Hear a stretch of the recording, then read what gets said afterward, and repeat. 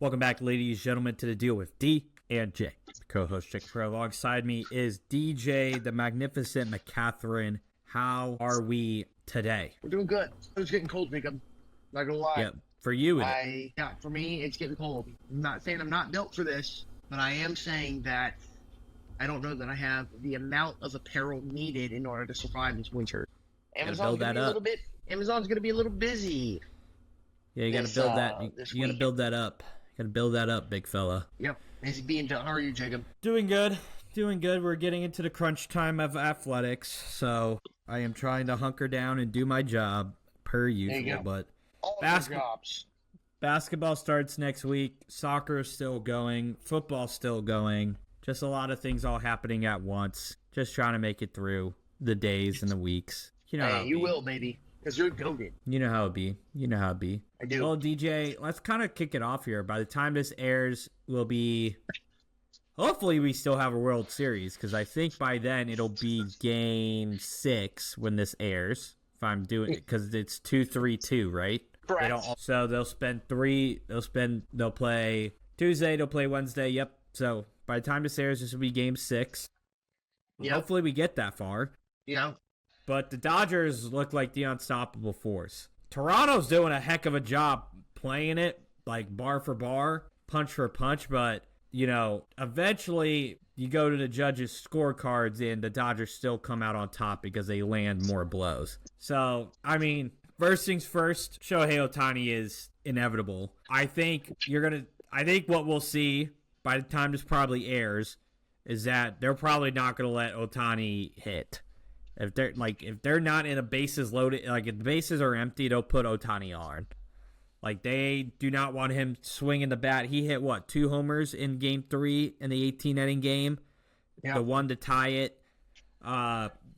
Big heavy 2 home bullpen. runs, 2 doubles. Was on base 9 times, Jacob. Yeah, I believe it was either tied or it was the most on base availability, if you will. Like he reached base more than anybody in history. 9 times he was on base. Yeah, so he's dominating the series. Toronto took Game 1 in a rowdy environment.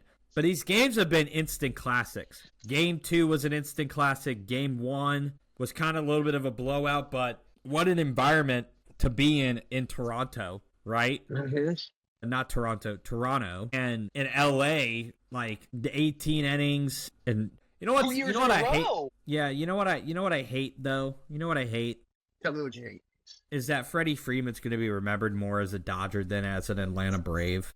Gosh, where is Drew when you need him? Because I know. I would weep with that fellow. I would weep with him over what you just said, because that is just an absolute tragedy. He's going to be remembered as Mr. World Series with 2 walk-off home runs with the Dodgers. For the Dodgers. For the LA Dodgers.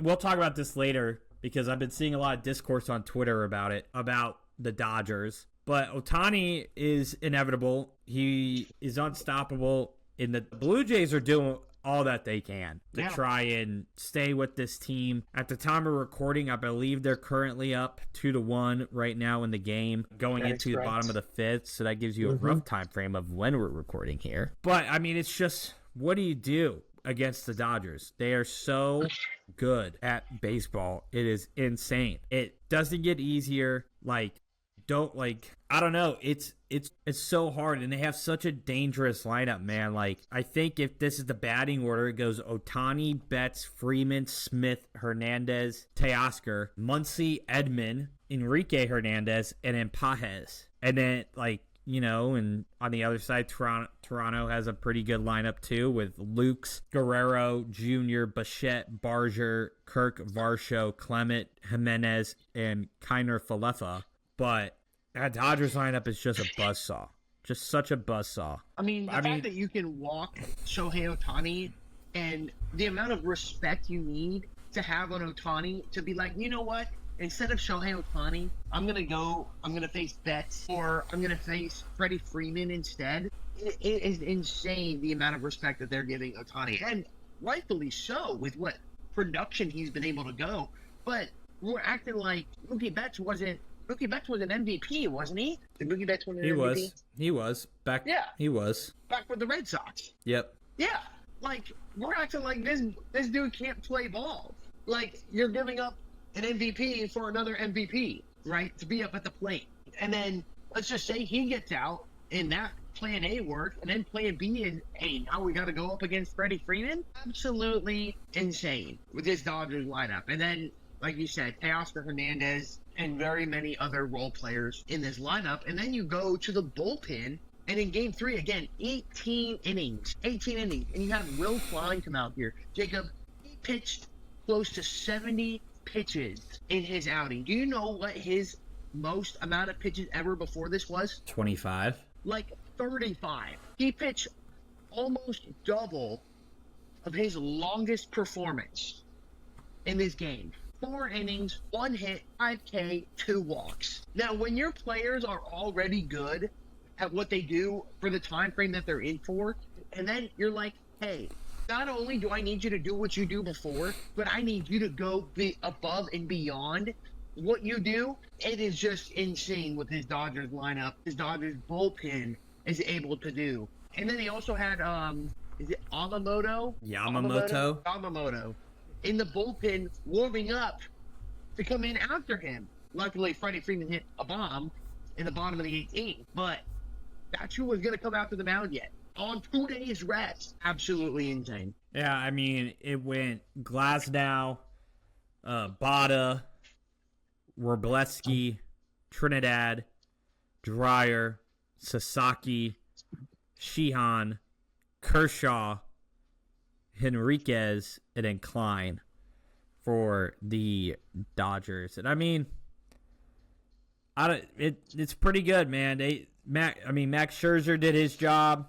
They went to the bullpen. He wasn't able to get it done. Sir Anthony Dominguez, another blown save again for him. I think it's like his second or third one in this playoffs alone. But for the Dodgers, man, they're just so good, man. The people they bring in are so good, and the lineups are tough. And I don't know, man. I'm not going to, this series has been great to watch, so I don't want to dog on the state of baseball too much, right? Because it has been really good. We're going to have such an issue, DJ, in 2027 when they go to the table to collect a bargain again. Because have you been seeing some of these reports, man, that apparently, I kind of, I talked on this podcast, 2, 3, 4 weeks ago? I can't remember. Complaining that the Dodgers were ruining baseball. I don't think and I've kind of have changed my take. I don't think the Dodgers are ruining baseball. I think MLB teams are ruining baseball. Like the bottom team. Ownership is ruining baseball. Cheap owners. And the Dodgers are like, yeah, we'll spend. But not only do they spend, they make smart trades and investments elsewhere. Mm-hmm. They treat their prospects like assets, and they trade assets for proven commodities. Like a key example is Tommy Edman. He was great in St. Louis. Great. Loved him. He goes over to the Dodgers because the Cardinals were like, well, we suck. We need to get something for him. And guess what? They still suck. So it's you take a look at that, and it's like, what's the fix need to be for baseball, a salary floor? Because guess what? Apparently, I saw reports, DJ. I don't know if you saw these reports, but the Brewers were shopping around Freddie Peralta because they don't want to pay him $8 million next season. That's a problem. I get your Milwaukee, but you don't want to pay $8 million after you just had the season that you just had. That's where the problem is. It's piss poor ownership stemming from top to bottom, because the Brewers do have a great farm system. They win with less talent, or less big names, I should say. But the Brewers had one of the best seasons in baseball, and they chose not to go aggressive at the trade deadline. They just were like, we're going to sit pat. They maybe got, I think, one guy at the trade deadline.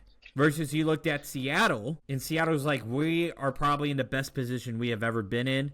They took it to 7 in the ALCS. That's good ownership up in Seattle. I think you look at Boston. Boston got a little aggressive to try and make the playoffs, and they did. But they traded away Rafi Devers, which people complained about, but I think in the grand scheme of it, Rafi didn't want to be there. You didn't have space for Rafi, so it made sense to get Rafi out of there. And yeah, I don't know, man. It's frustrating endeavor to watch baseball be what it is, man. Because, like, you got these teams, when they're bad, man, they just sell the farm. And they don't build around these players. Like, Pittsburgh's probably the greatest example of that. You have one of the best pitchers in all of baseball in Paul Skeens, and you just don't get aggressive with free agents. You don't think the time is now, right?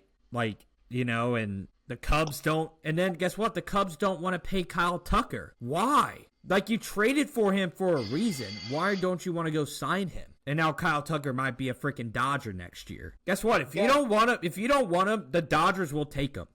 If you think you can out Dodgers, Yankees, Mets, or Padres. And look at that. New York, California. Somebody will take him. Yeah, like one of those teams will pay the money. They'll trade the assets too. The Padres traded away one of their best prospects for a closer to try and get to the World Series, which still does not work for them because they don't. It's crazy.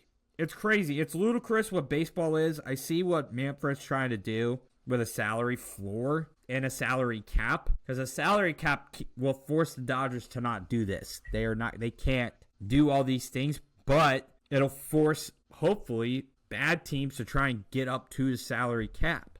Well, it's not even bad teams. You got to think, the Cleveland Guardians, they have, again, consistently, at least since 2015, 2016, they have been one of the most consistent teams in the MLB, right? They had Jose Ramirez, they had Francisco Lindor, Carlos Santana, Jason Kipnis, right? And a couple of those kids, especially Lindor and Ramirez, were on rookie contracts, man. And, you know, granted, I think it would have been tough to keep all of them at the same time on. But then looking back, they consistently have a bottom 5 or a bottom 7 payroll in the whole MLB, right? And you're talking about a team who makes the ALD like year in and year out. Like this year, they fell short to the Tigers, but the immaculate comeback that they had, right? And Jacob, this year they had a bottom 5 in MLB batting average. Like they had a historically bad hitting team, and they still made it as far as they went. And their ownership continues to be in the bottom portion of money spent, and all gratitude towards their farm system and whatever trades that they make. But losing people because you're being cheap, like I'm not going to sit here and say that Francisco Lindor, like trading him off was like the worst move ever. But could you tell me that it would have been better for baseball to keep Francisco Lindor and Jose Ramirez on the Indians and then prolong that duo? Like when people think of the Indians, they think of that duo right there, the Guardians. And like that's just better for namesake for baseball. And Francisco Lindor has, you know, fluctuated over there at the Mets, but the main reason he went over to the Mets was because of money. Because the Guardians refused to pay both Ramirez and Lindor. So they had to pick between the two. And I think that's flawed for baseball. Like, I don't think you should have a team of all-stars like you do the Dodgers. And I had this argument with my dad the other day. He's like, why can't they? I'm like, well, because if you spread the teams or the money out with the people that they develop, like the Guardians developed Francisco Lindor. The Guardians developed Jose Ramirez, right? Like they came through their farm system. If they were able to maintain them and had to make them choose between money or staying the same, if they had to choose between a better team or the money, that would be something that I would be okay with. I think you need to try to force these teams to make payments for people that have grown up in their farm system or their fan base has fallen in love with. And I think that's what helps in a cap, in a floor, what's the term? Salary floor. A salary floor, yes. So I think that helps there. And I think the salary cap helps spread the love. And I think that would spread the game of baseball. Like if, I don't know, let's just say the Angels kept Shohei Ohtani.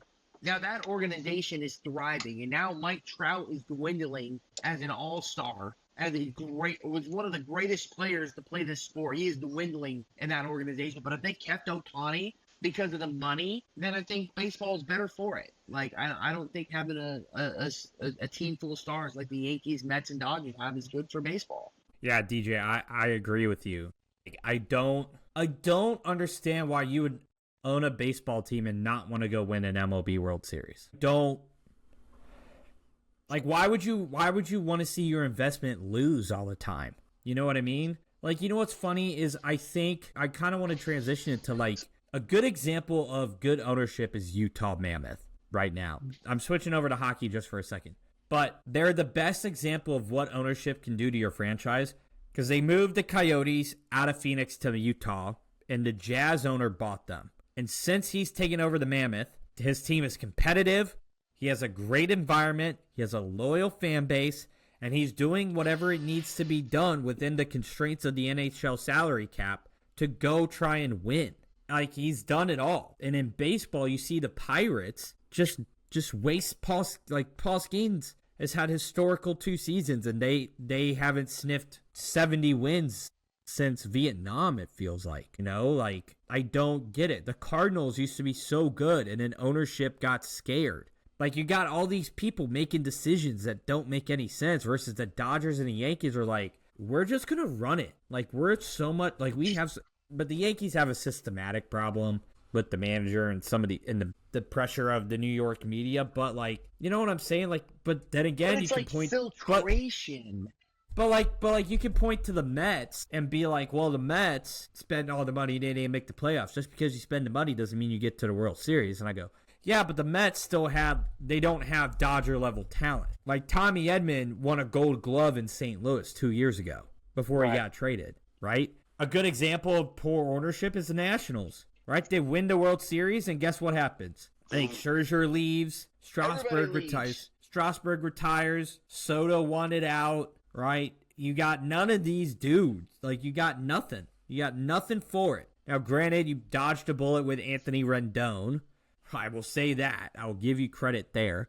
And, like, yeah, you traded Soto, and you got most of your core now with James Wood and C.J. Abrams and Jacob Young, and a couple good pitchers like Mackenzie Gore. But like, it's Soto, not enough. It's not enough. You don't have a name in your organization anymore. Yeah, like, you don't, like, Soto was your franchise guy and you traded him. Like, no one's a franchise guy. Freddie Freeman was willing to take a hometown discount in Atlanta, and Atlanta refused to pay him. I believe that was an agent issue. I believe it was. If I'm wrong. I think it was an agent issue.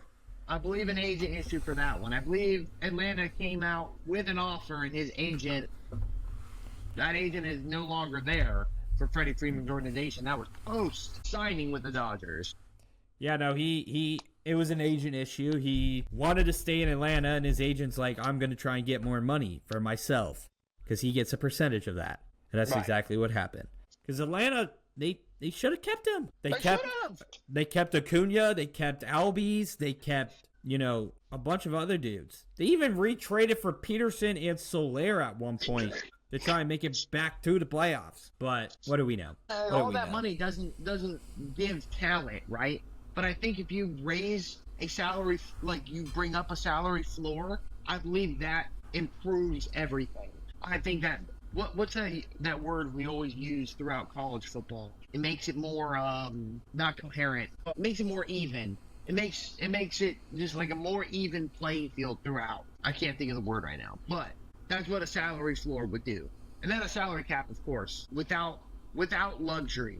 Without the luxury tax. Yeah. Again, I think you need to make the players decide whether or not the money that the team that they've been with is worth it enough, or if taking a pay cut and moving to a different team is worth it. I think those are the two things that a player has to balance when choosing.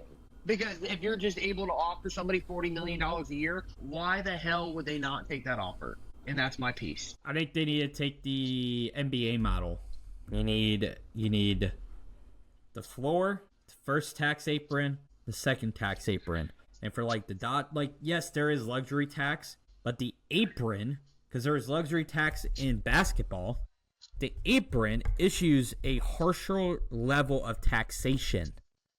And most teams cannot survive in the second apron. So you have to be below that second apron to really survive as a team. That's why the Celtics had to do what they had to do, because there was too many guys in that apron Like with Porzingis, they had to get rid of him. But guess what? They didn't get rid of the core, though. Right? I guess OKC's another good example, right? They're not getting rid of the core. Minnesota's another good example. Like, the apron's working. Right. Because you can't live in the second apron forever. So I think, and the Dodgers would 110% be in that second apron. Right. So then you would see guys like Teoscar Hernandez leave. You would see guys like Tommy Edman probably leave. Like, I'm not going to say Mookie Betts leaves, right? But you might see one of those two big players in Freeman, like Max Muncy. Max Muncy's probably out of there. You're not rolling out Yamamoto, Glasnow, and Snell. I'll tell you that for free. Like, there's so many things that can help warrant. And also, they need to fix the salary structure. Like, the fact that they're paying Ohtani like $4 million this season is ludicrous. But I digress. DJ. All right, let's move on. Brian Kelly was fired on Sunday night, leaving LSU with an opening. Not surprised, honestly. It was the wrong fit the entire time. It was for both parties. Brian Kelly can't be an asshole in Baton Rouge with the pressure that's on him there. And LSU did not fit Brian Kelly because Brian Kelly didn't know how to coach SEC football. So, and I don't know what you're going to say. It's going to be like, well, he was 34, but he was 5 of 12 against ranked opponents, right? And he was also, like, you're not nice. He wasn't nice to people. He told his special teams coordinator that after a return punt, he was like, that's the stuff that's going to cost you your job. Like, love that you're threatening your coordinators in the middle of a game rather than focusing on, like, what went wrong. Like, I get frustration, but maybe I don't get it. But LSU now has become one of the more intriguing jobs on the market. It was Florida. I don't know if it's Florida anymore. I think LSU, you might make a case for LSU is a better opportunity for certain individuals. Well, I guess it depends on who you're talking about. I still think that Florida is the premier job on the college football job market right now. I mean, there's not. I don't think so. I'm gonna say my piece, and I'll let you say yours. But you're talking about year-long football. The tradition there is very popular, right? Like, they love their tradition in Florida. The fan base is as loyal as it can be, right? And they're just waiting for consistency, right? If Florida was able to replicate even what Brian Kelly was able to do at LSU, the fan base and the backing that they would have would be insane. Because Florida's just looking for some consistency. Really, that's all it is. And it's an easy place to recruit from. If you get somebody who can recruit out of Miami, recruit out of Tampa, recruit out of Jacksonville, right? Like, that's half of your team right there. And with Miami being able to poach who they want right now, having a good coach in that helm would make life so much easier, right? Because it's already, like LSU, one of the more intimidating places to play. But you could even argue that it's more intimidating than LSU on any given Saturday versus only your Saturday nights in Death Valley. Like, your 3:30 game in Florida or your noon game in Florida could be more intimidating than any of those games in Death Valley. So, and I think that's given the Saturday night light, right? Like, I'll give LSU that. But any other time of the day, I think I'm picking Florida as an environment. I think it's LSU. I think LSU is the best job on the market, and I respectfully don't think it's close. Ooh. Take a look at the guys who have come through the LSU program and take a look at guys who've come through the Florida program. Les Miles, Nick Saban, Ed Ogeron. Urban Meyer, you had somebody after Urban, I can't remember his name. Then you had, I think it was McElwain, Muschamp, Mullen, Napier. Now, what difference do those three LSU coaches have than those Florida coaches? I mean, you got more natties. Thank you. Nope, thank you. Yeah, you win national titles at LSU. That's plain and simple. Les Miles has done it, Nick Saban has done it, and Ed Ogeron has done it. You have plenty of talent. You have the boosters willing to spend the money. LSU, you're the premier sport of the state. You're the premier team of the state. They don't really care about the Saints. They don't really care about the Pelicans. They care about LSU. They don't, brother. They don't. I'm telling you now. I mean, it's been a lax since Drew Brees left. It's LSU. Yeah, you got to think about the state as a whole. State as a whole, right? If you're not in New Orleans, you're not really you're not really caring about Saints football. You're caring about Saturdays and live and breathe the Tigers, right? It's gumbo, crawfish, Tigers on Saturday, right? It's a much better job. Now, granted, I think Florida has a little bit more of a rich history in terms of a collegiate football sense, of a historical sense, right? Which is also enticing. And like you mentioned, the state of Florida is pretty good. But in Florida, you're competing with Miami, Florida State, USF, UCF, Georgia, in that little region. LSU's got the whole state of Louisiana to themselves. And they can dip into Mississippi and Alabama and grab those kids. And they can get into Florida with ease. You just got to not mess it up, man, because the talent will come to you.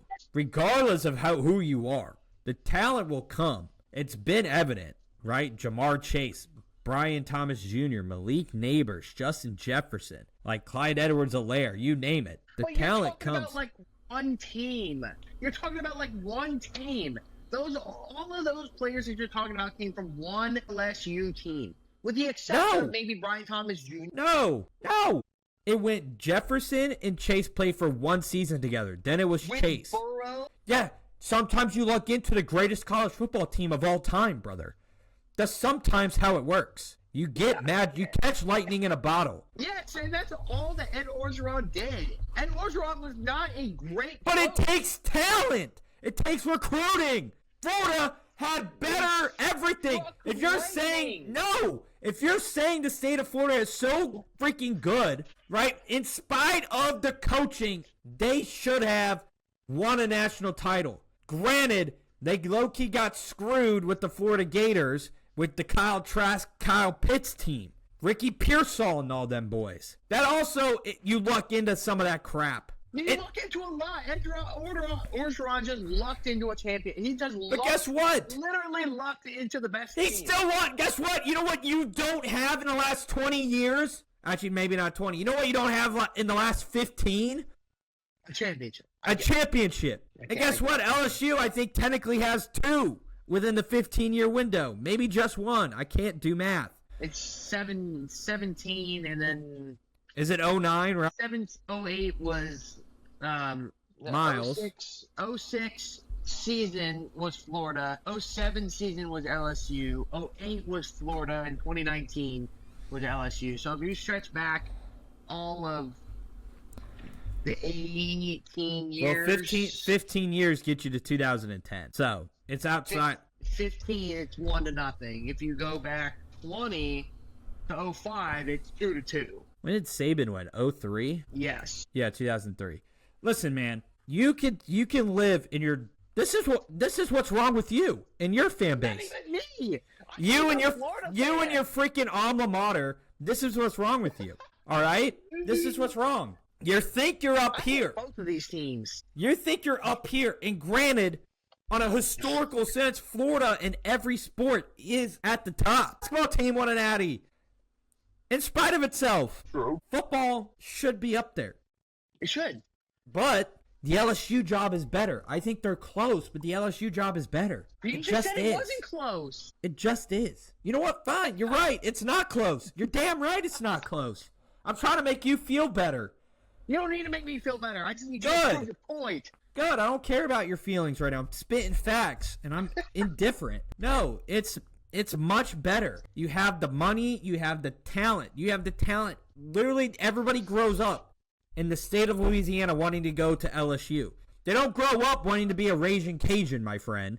They don't grow up wanting to be a Warhawk of Louisiana Monroe. Right? They grow up to be a freaking Tiger. And if you're in the state of Florida, unless, like, you have what? A 1 in 5 chance of being a Gators fan in the state of Florida? Because you got FSU, UCF, USF, Miami, and them. I'm just doing the math. It's probably way off, but I'm just doing the math, man. It's a better job. But I think Florida will get the better coach, which I think they'll get Lane Kiffin. Lane Kiffin has not come out in enough confidence to tell me that he's not taking that UF job. I'll tell you what.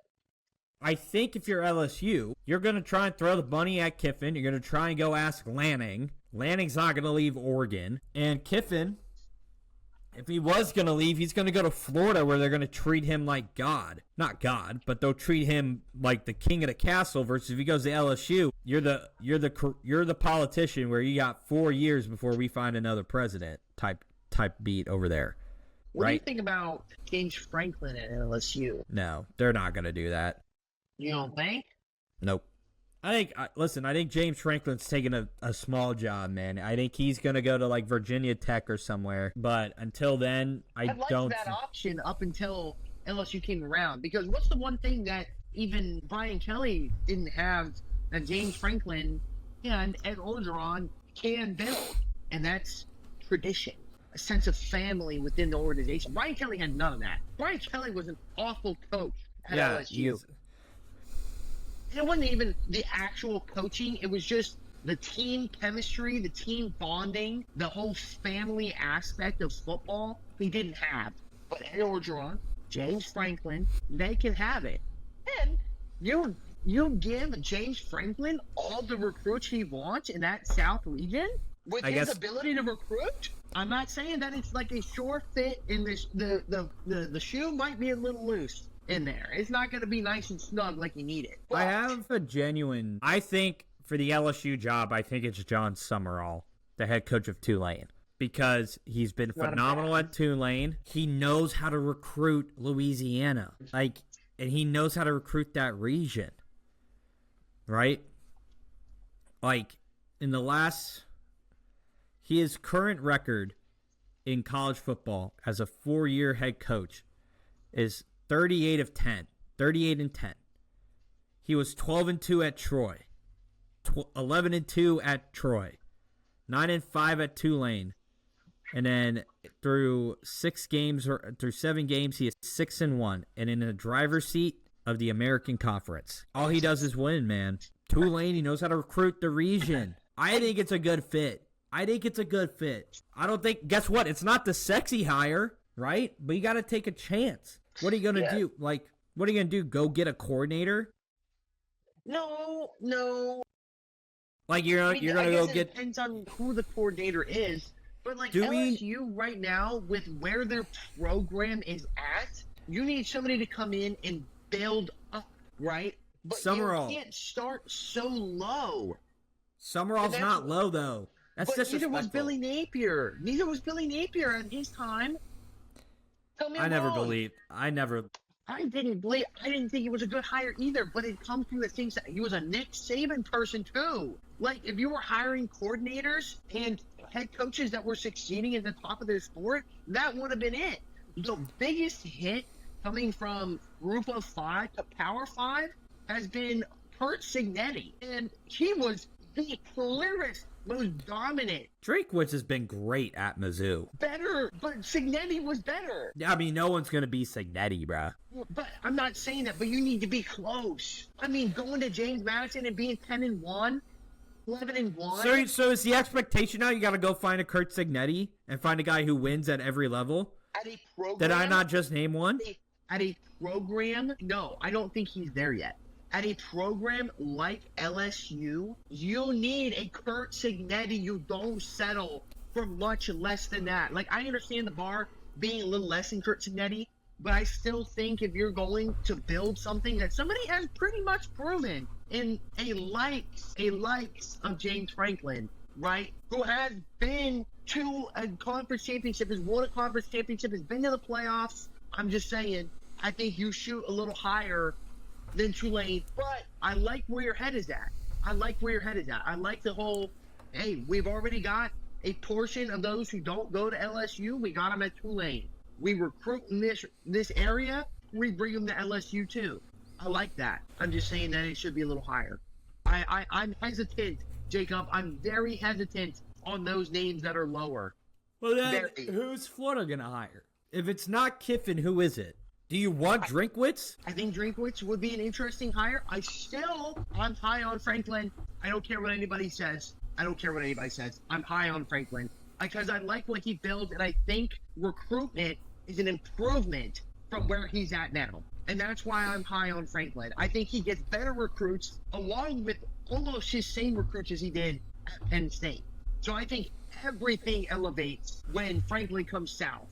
Now, for who Penn State hires, that is a big question mark for me. I'm big on alumni. I like Matt Rule. Do I like Matt Rule as a head coach coming to Penn State? Not exactly. He's not my favorite for as big of a job as it is. But I like that Matt Rule has recruited pretty decently at Nebraska. I like that Matt Rule is an alumni of Penn State.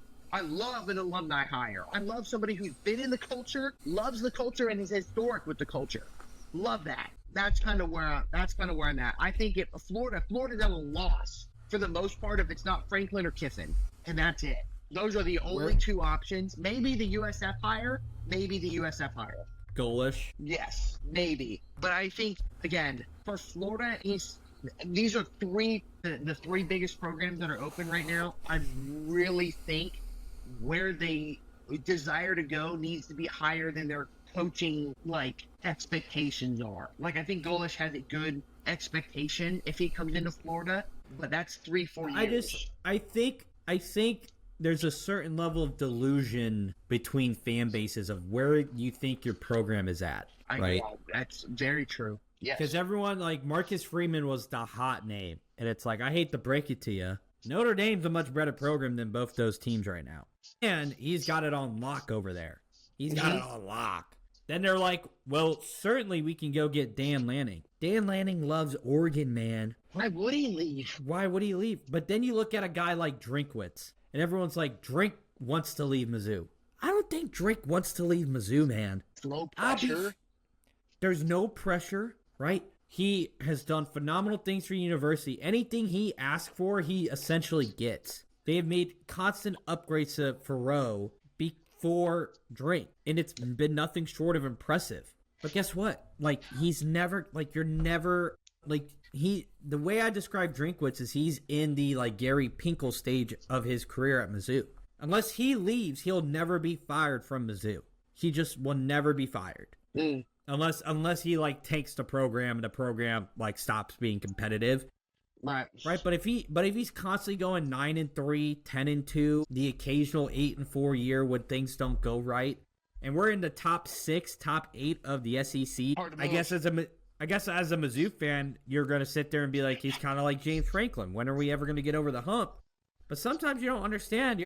It's okay to be where you're at, and as a Mizzou fan, I understand my card. I don't ever think I'm gonna see Mizzou win a national title in my lifetime, but hell, if we make the CFP, that's going to be a great story for me.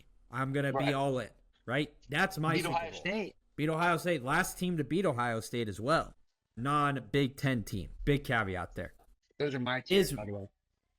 Is what it is, right? But then again, how you got to look at Kiffin, and everyone's well, LSU and Florida are better situations than Ole Miss, and it's are they? He's never going to get fired from Ole Miss. They have never experienced this level of success until he got there. Right? They kind of had it with Hugh Freeze, but it was never it. They haven't had this taste of success since ever. Eli Manning, barely, right? I mean, take a look at Tennessee and Josh Heupel. Tennessee has been in the top 25 for the last 3 years. No one's banging out Josh Heupel's door. Right. Wonder why. Makes you think. But everyone's banging out Drinkwitz's door because they're he wants out of Mizzou because Mizzou's so bad. And it's no, bro. He loves Columbia. He's got 2 losses. So what? We're probably going to get a third when we play A&M, but as long as we win out and we go 9-3, it's a good year. Right. And Mizzou will pay him, man. The SEC's tough. Anything can happen in the SEC, but I think for both programs, you're going to have to hire somebody that, as you said, probably isn't ready. Maybe isn't worthy of being at this school just yet.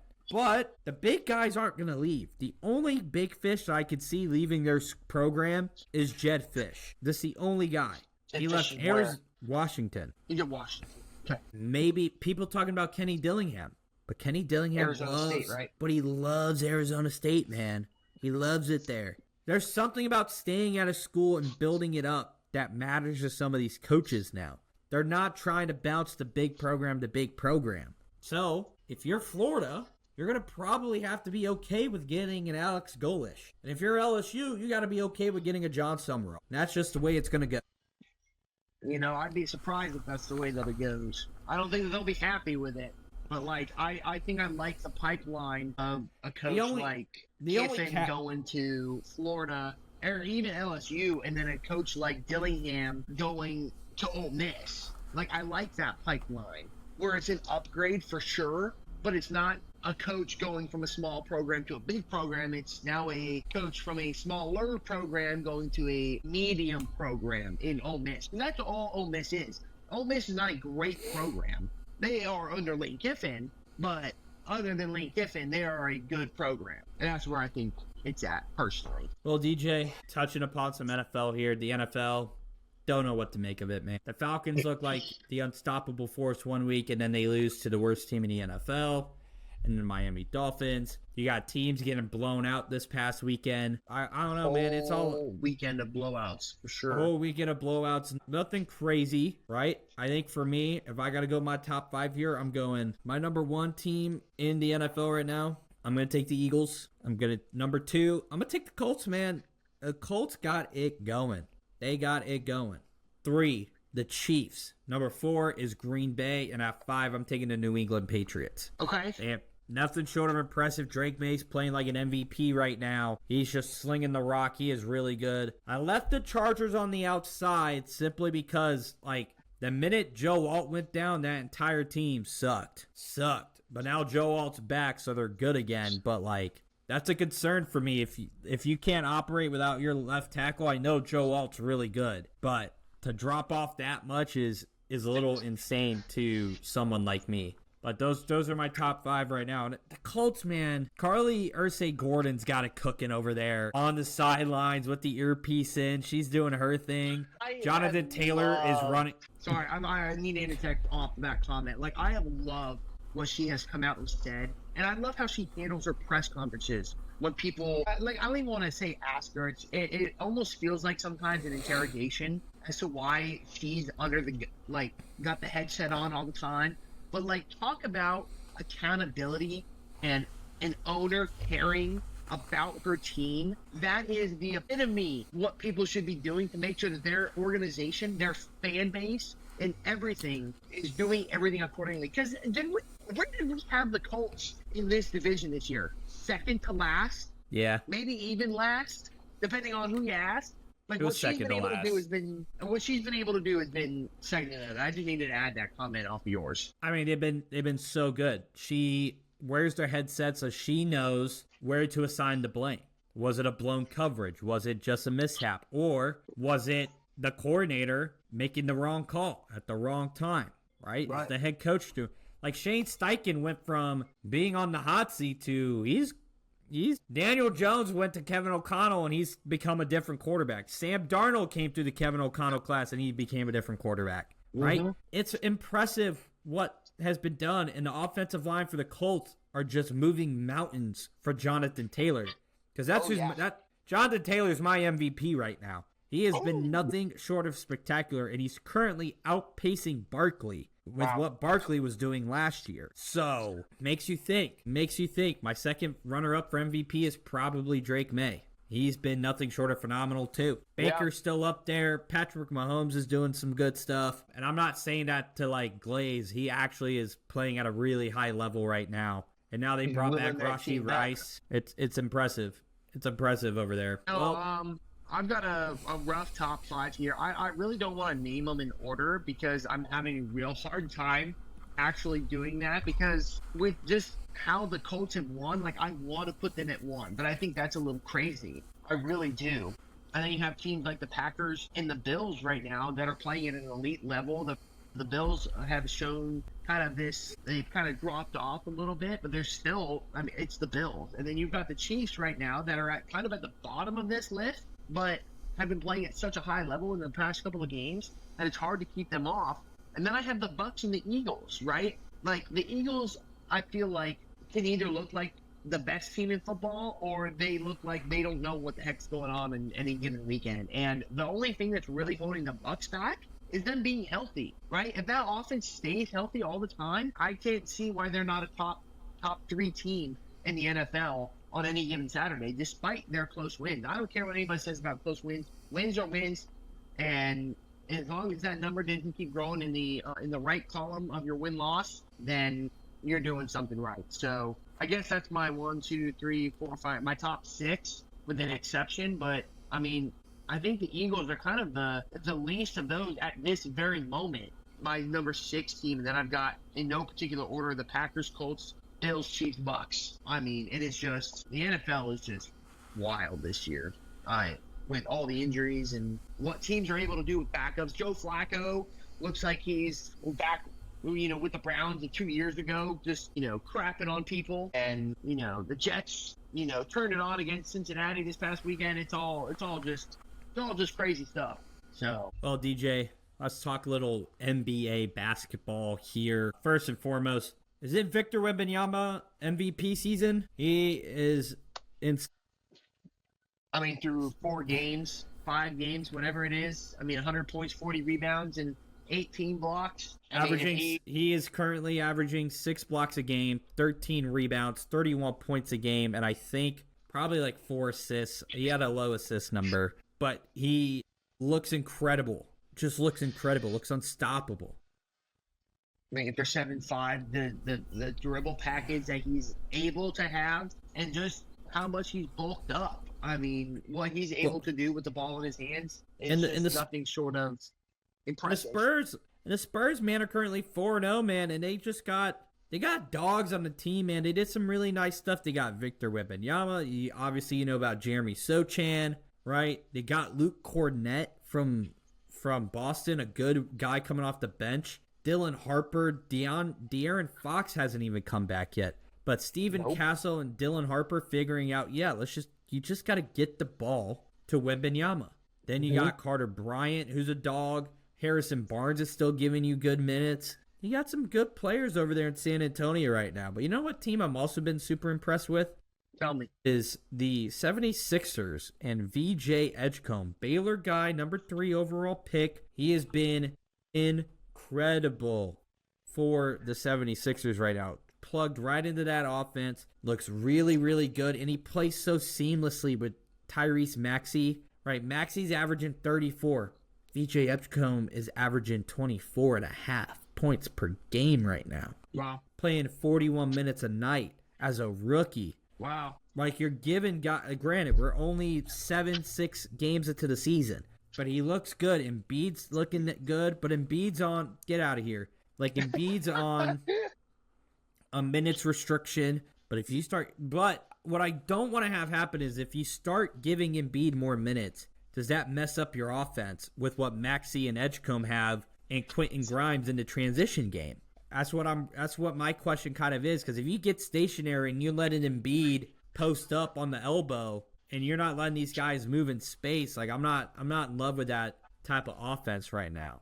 But it's still early, not a lot of NBA stuff. But those are the 2 guys, man. Cooper Flags looked good. I liked what Memphis currently's got rolling. It's so early. So early. So many things can happen until later. Austin Reeves for LA has looked really good as well. I don't know if you saw, he had 51 or 52 points the other night, and then followed it up with another 31 or 32 points, I think, or maybe that was the last time I saw him. I'm sorry, he had 52 points and then followed it up with 41 points in a loss to the Portland Trailblazers, and he's doing all that work without Luka and without LeBron.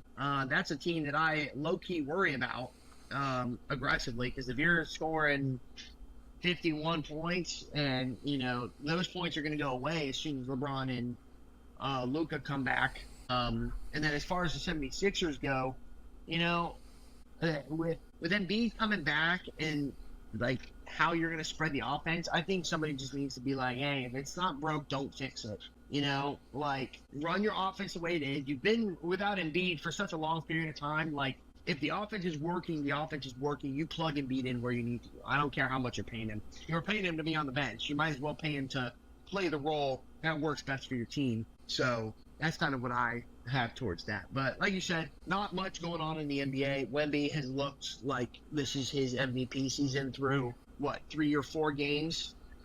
And that's before this podcast even comes out, which will be at like 5 or 6 at this point. And so a lot still yet to come. Well, DJ, next Monday we have the NCAA men's and women's basketball season kick off, and I'm gonna dive in real quickly here. Yep. Real quickly into both and everything here. College basketball is at a peak. It is a great sport. I can't wait to watch a lot of these games, especially when we hit January and we hit Big East basketball. I'm a big East guy right now, kind of like John Fanta. I'm feeling very Fanta-like some days, but man, where do we want to begin? I guess to put it plain and simple, the top, there's really tiers to this, and there's the elite tier, head and shoulders above the rest, and that's Houston and Purdue. Houston is bringing back a lot of people from last year that really helps them get to where they need to go, right? I'm pulling up the guys who they have coming back, right? You got Flemings, a couple freshmen who are going to play some big roles, but you're bringing back Uzon, you're bringing back Tugler, you're bringing back Sharp, right? I believe they're bringing back a couple other guys as well. And they got a bunch of guys plugging and playing, and they got 4 freshmen on the roster. They're bringing in some young guys to try and help lead this team here, but also Purdue is looking like they're going to be at the top as well here. Painter is bringing back not his most talented team,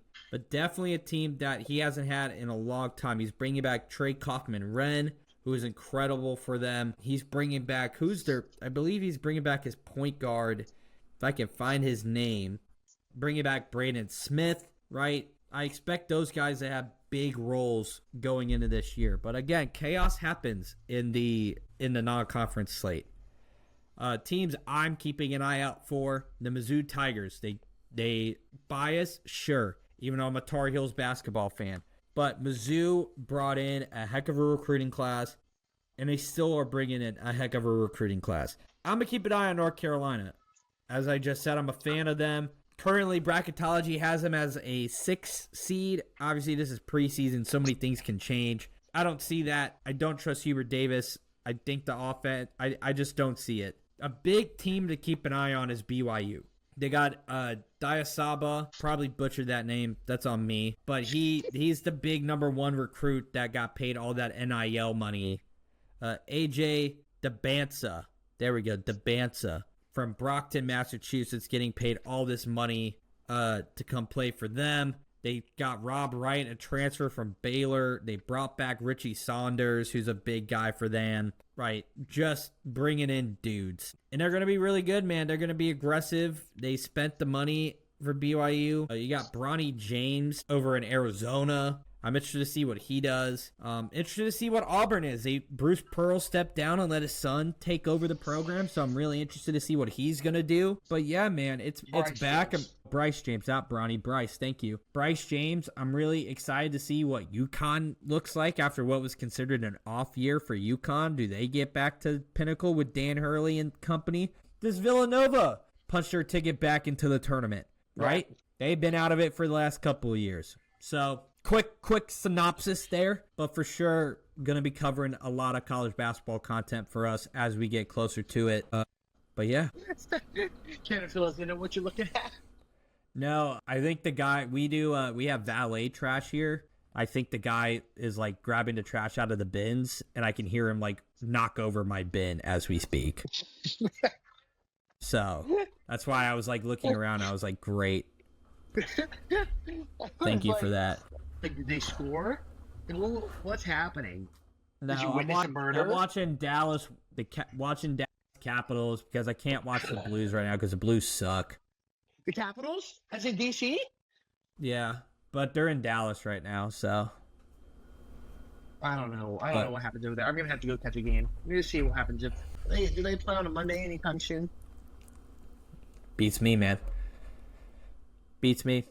Well, DJ, any parting thoughts here? We got a lot of sport. Quick women's basketball synopsis because that is my sport here at Baylor. Really pumped about the Baylor team. First and foremost, I am not going to hide my bias there. I think as long as we have girls stay healthy, we got a team. Our point guard, Talia Scott, is a dog. Absolute dog. Janet Van Geitenbeek comes back from an ACL. Really excited to see what she does. AZ Fudd at UConn has a chance to be National Player of the Year material. South Carolina lost Chloe Kitts, though, and that's a big big hit to that team and what they try to do, just how well she moves with the ball. Juju Watkins, I think, is out for the beginning part of this season, still with that ACL. But yeah, man, I'm interested. There's a lot of question marks. Can Duke take the next step up under Kara Lawson?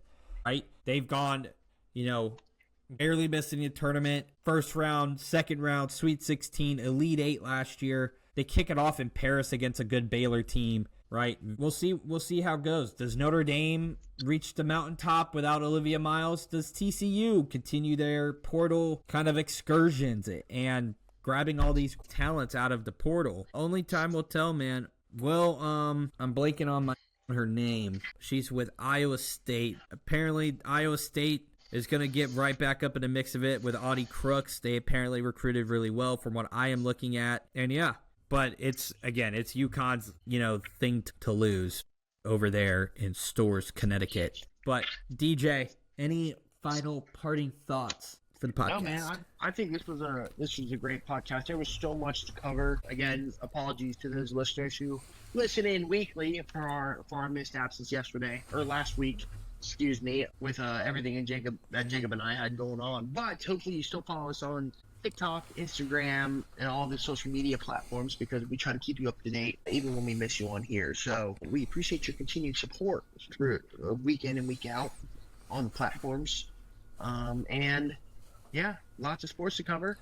World Series coming to the end. Looking forward to keeping you guys updated on it. Like, comment, share, subscribe on all platforms. He has been DJ, the Magnificent McCatherine. I have been Jacob Prale. We have been to deal with D&J.